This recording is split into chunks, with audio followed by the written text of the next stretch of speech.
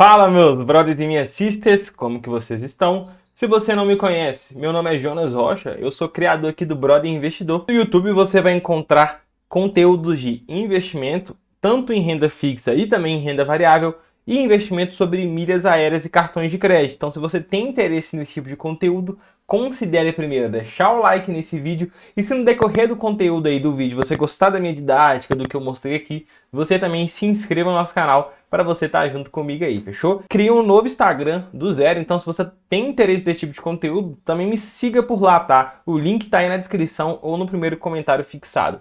No vídeo de hoje a gente vai falar sobre o fundo imobiliário muito famoso, o KNR11, tá? A gente vai fazer uma análise em forma de pontuação que ele tem que conseguir pelo menos uma nota acima de 10 para conseguir entrar em uma análise mais profunda posteriormente para ver se vale a pena investir ou não. Mas a gente consegue ver hoje de forma rápida e simples se ele está num bom momento para se investir ou não. Então, se você gosta desse fundo imobiliário e tem interesse nele, veja esse vídeo até o final, que eu vou te ajudar. Bora no conteúdo. Igual eu falei com vocês, a gente vai seguir todos esses pontos aqui na hora de analisar e no final ele tem que ter uma pontuação pelo menos acima de 10 e lembrando que o total é 15, tá? Então vamos começar por esse primeiro aqui, que é o setor de atuação. Eu vou usar esse site, o Funds Explorer, e o setor de atuação é basicamente nota 1, seria se ele fosse só de um setor, por exemplo, logística, e 2, se ele é híbrido, e tem mais de um setor na carteira.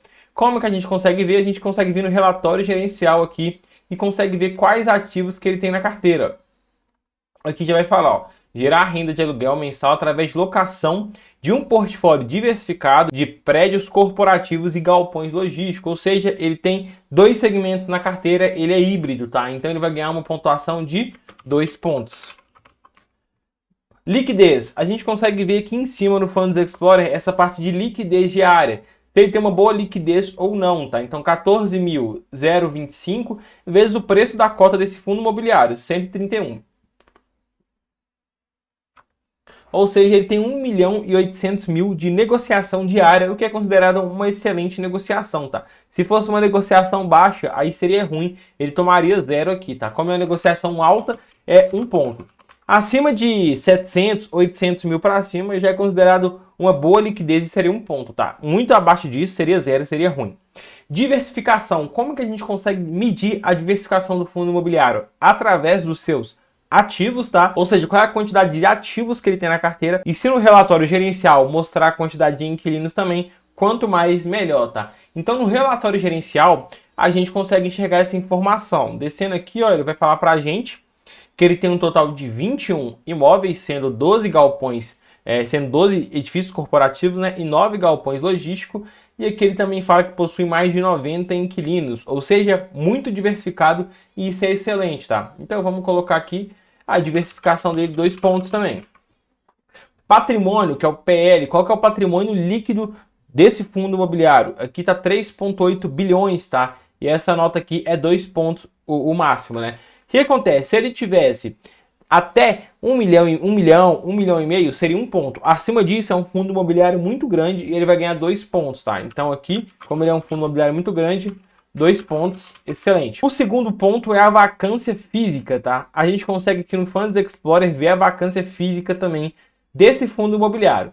Aqui ela é 2 pontos, tá? Ou seja, acima de 10% de vacância física é considerado 0 pontos. De 6 a 10 é considerado 1 ponto e abaixo de 5 é considerado 2 pontos e é excelente, tá? A gente consegue ver aqui, ó, nessa parte, qual que é a vacância física, ó. Deixar só a vacância para a gente conseguir ver. Ela era mais alta, né? Tava 11, foi abaixando e hoje está em 2% a vacância física, ou seja, ele está naquela faixa de abaixo de 6% para ganhar 2 pontos. Ou seja, a gente vem aqui e coloca 2 pontos para o KNRI11, tá? O nosso sexto ponto que a gente vai olhar é a rentabilidade, tá? E nós podemos olhar a rentabilidade comparada com a média do IFIX ou com fundos imobiliários semelhantes e também com a nossa taxa Selic.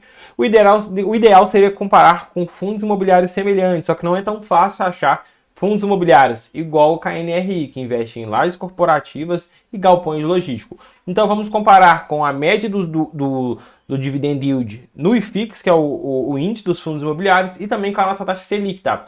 No mês, o dividend yield dele foi 0,64%. E a média do IFIX aqui a gente consegue ver que está em 1,08%, ou seja, está bem abaixo da média. Só que a gente tem que lembrar que nessa média entra fundos imobiliários de papéis que pagam muito mais. Nos últimos 12 meses a média foi 11,59 no IFIX e aqui no KNRI 7,27. Então é aquela mesma coisa, aqui vai entrar vários fundos imobiliários de papéis que pagam 1,3%, 1,5% ao mês de dividend yield, então dá uma distorção. Então a gente pode dizer que, comparado com a média de tijolos, tá? A gente pode ver uns fundos imobiliários de galpões logísticos, por exemplo, XPLG11, a gente pode comparar e ver que está pagando um pouco abaixo. O HGLG11 também. Nós podemos ver aí, ó, 2%. Nós podemos ver que ele está pagando um pouco mais abaixo, mas aqui teve um fato não recorrente no HGLG11, então isso impactou também. Então vamos dizer que comparado com a média dos fundos imobiliários, ele está pagando um pouco menos. E com a nossa taxa Selic, que está 13,25% ao ano, se você for pegar isso aqui, descontar uma taxa, né, de IR, que tem que ser líquida, menos aí, vamos por 20% de taxa de IR, 20%, dividido por 12, 0,88%, ele está pagando 0,64%, também está um pouco abaixo.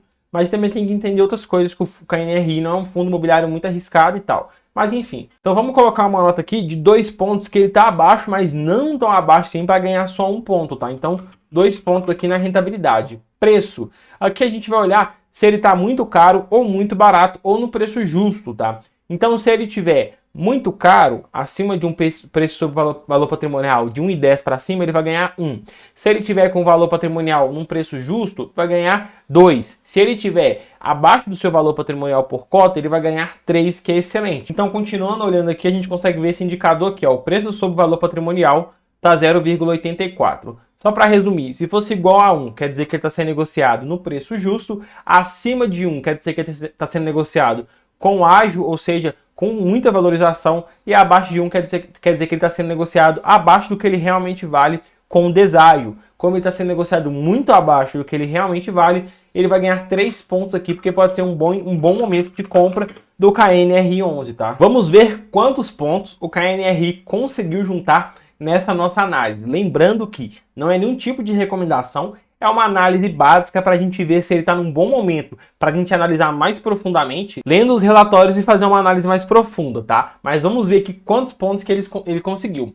Então, 2, ele conseguiu 3, 5, 7, 9, 11, ele conseguiu 14 pontos de 15, tá? Ou seja, ele foi aprovado nessa primeira análise aqui do KNRI11. Ele tinha que ter pelo menos acima de 10 e ele tem 14. Ele quase fechou essa nossa avaliação aqui. Ou seja, o KNRI, ele é um fundo imobiliário muito bom e pode estar num bom momento, tá? Se você gostou desse conteúdo, deixa o like, se inscreva no nosso canal e vamos até o próximo vídeo. Tamo junto!